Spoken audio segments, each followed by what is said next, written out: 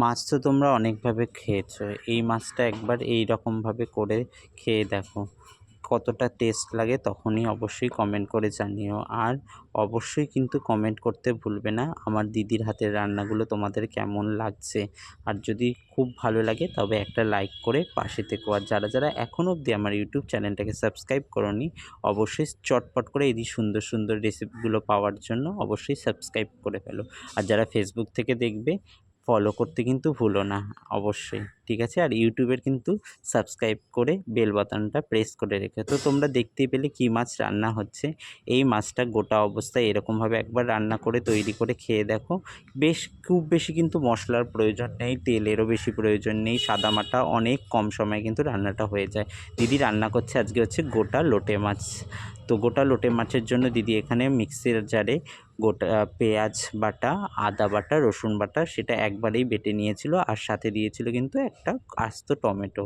আর এখানে দেখতেই পেয়েছো মশলার তেলটা গরম হয়ে গেলে কালো জিরে ফোড়ন দিয়ে সেই মশলার মিক্সি পেস্টটা দিয়ে দিয়েছিল। তার মধ্যে দিয়েছিল পরিমাণ মতো নুন এবং লবণ আর একটু হালকা কাশ্মীরি লঙ্কার গুঁড়ো। আর তারপরেই দেখতে পেলে গোটা গোটা লোটে মাছগুলোকে কিন্তু দিদি দিয়ে দিল।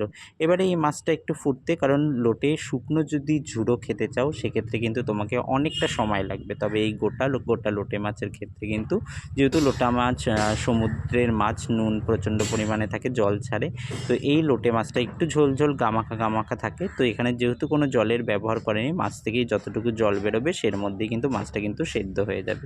আর দিদি কিন্তু আলতো আলতোভাবে হাতে নাড়াচ্ছে আর মাছটাকে যাতে মাছগুলো গোটা গোটা থাকে।